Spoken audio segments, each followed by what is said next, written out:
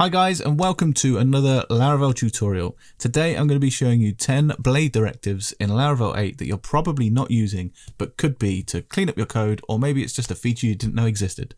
First up we have the Auth Directive, which is quite common where you want to check to see if a user is logged into your system, and if they are, display a message. Otherwise, show them a different message and maybe a link to login.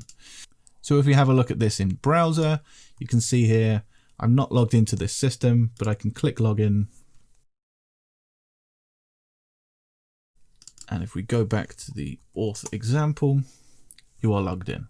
We could do this in a slightly different way, and we could use the auth directive. So instead of if auth check, we can say at auth and then end auth.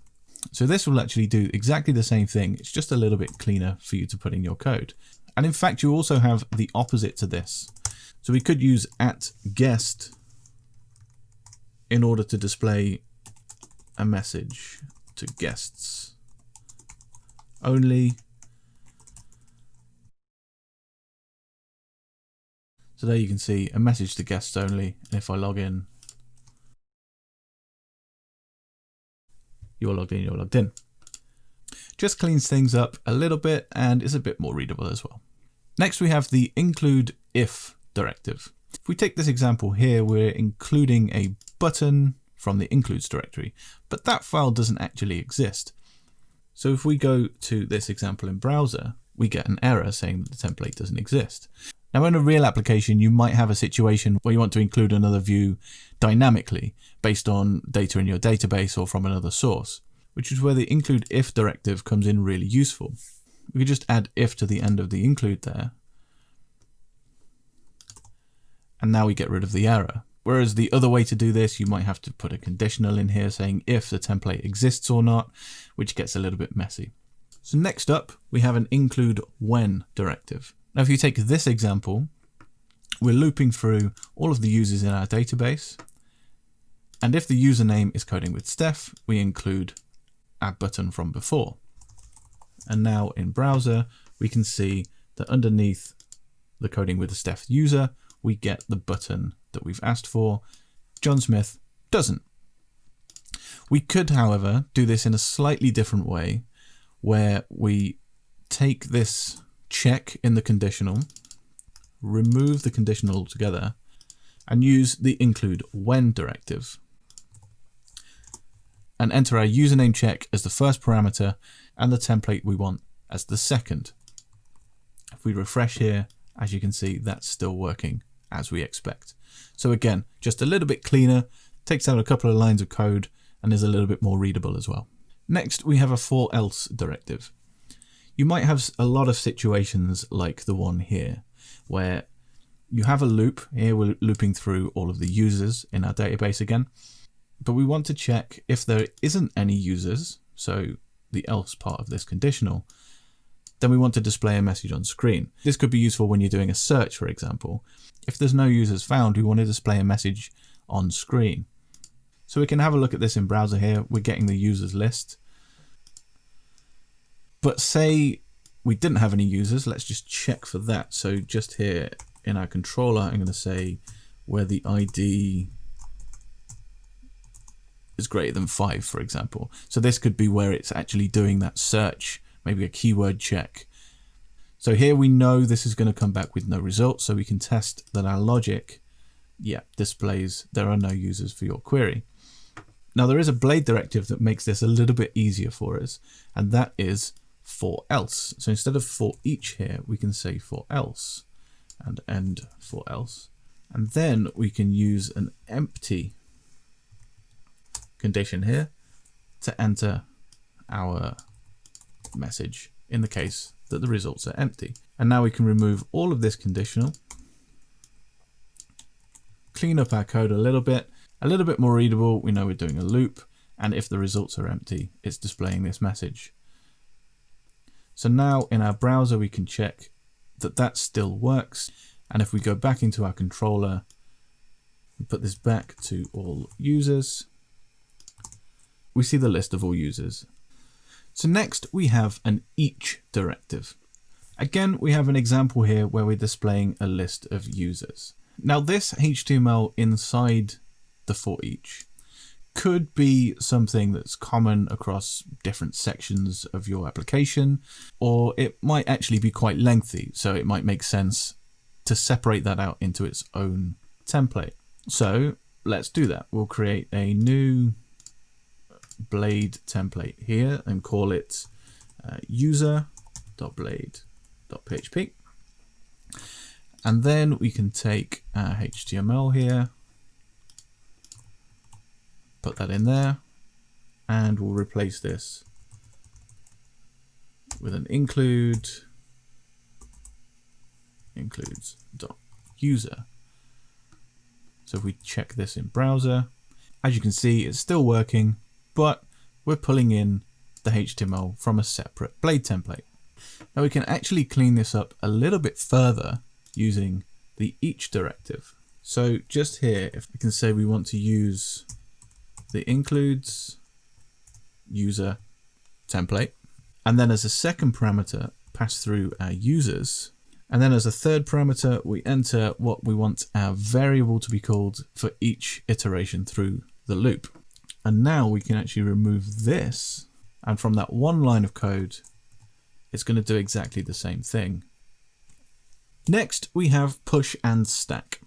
So in Blade, as you can see here, we're extending a layout template. And if I open that template up, you can see it's got our HTML head, all of our code that is common across the entire application.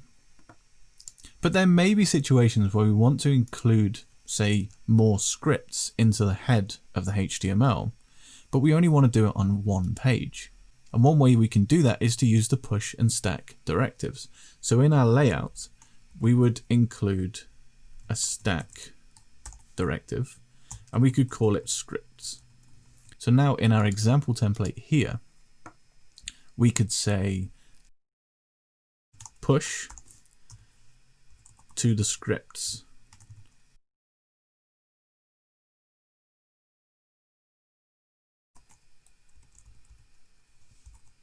Now, example.js doesn't exist, but let's have a look. So if I go to push and stack and view the page source, we can see our example script has been included into the header of our layout, ready for this page to use.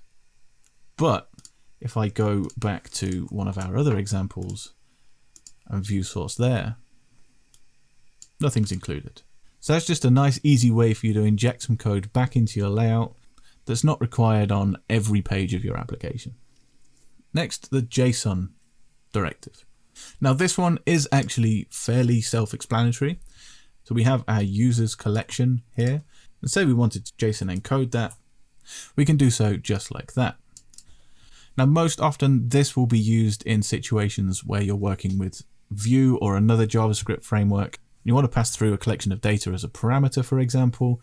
You can very easily JSON encode that so the JavaScript can pick it up and work with it as you need to.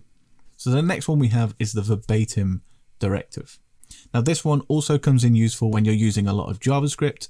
Quite often when you're working in JavaScript frameworks, you'll be using its own templating language that requires you to use curly brackets, just like Blade. And out of the box that will clash with Blade because Blade will pick that up first, which you don't want to happen. So this is just an example, but say in your JavaScript code, you're doing something like this to display a user's name, then Blade is going to throw an error because it doesn't know what's going on. The Verbatim Directive solves this for you because it tells Blade to ignore what's inside and just display it on screen. And if we test that in browser, you can see it's just spat out curly brackets user.name. And in reality, that will now get picked up by a JavaScript framework and processed accordingly. So next we have the choice directive. Now the choice directive comes in useful in situations where, depending on a dynamic value, you might want to display a different word. And the most common of this would be pluralizing words. So in this example, we're displaying the user's count users. So on screen, it's saying we have 2 users. However, if I go into our controller and we say where username is coding with Steph, that's only actually going to return one result. So ideally that would say one user, not one users. So with the choice directive, we can say choice, and then we say user pipe users. And then as a second parameter, we give it the value that we're looking at. So now in this situation, when the value is 1, Blade will say user. If it's more than 1, users. So if we see that in action, 1 user, and if I go back to our controller, set that back to all, 2 users. A really handy directive, and personally, I use this quite often. So the last one we want to look at is inject. As the name suggests, allows you to inject a service from the service container into your template so that you can use it on the fly.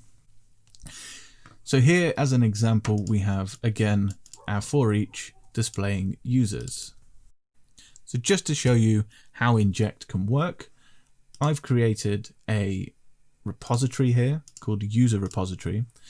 And this repository class includes one method getAll, which is just doing a users all like we've been using in our controllers so far. So what we could do here, we could inject our repository. So our first parameter here would be the name we're going to use to interact with our repository and our template. So we'll call it users. And then we give it the path to our repository. So our repository sits in app repositories, user repository.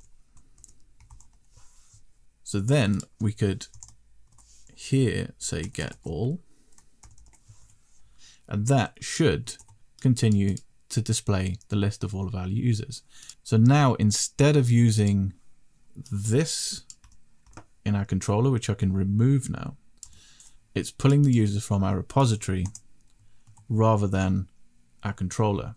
Now this can be useful in some situations where maybe you have a class that is doing some reporting for you, calculating some statistics or something a little bit more complex maybe, that it makes sense to inject at the time that you want to display it on screen.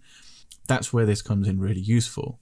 Now I will say with inject is while it is useful in some situations, most often I would suggest that that kind of logic would be put into a Blade component rather than injecting it directly into your template. But as I say, there are situations where it's useful just as long as you use it sparingly and carefully. So there you have it. 10 Blade directives in Laravel 8 that you might not have known about until now and can be very useful for cleaning up your code or giving you a nice shortcut to some more complex features. I hope you enjoyed this tutorial, and if you learned something, give us a like and drop us a comment down below. For now, I'll see you next time.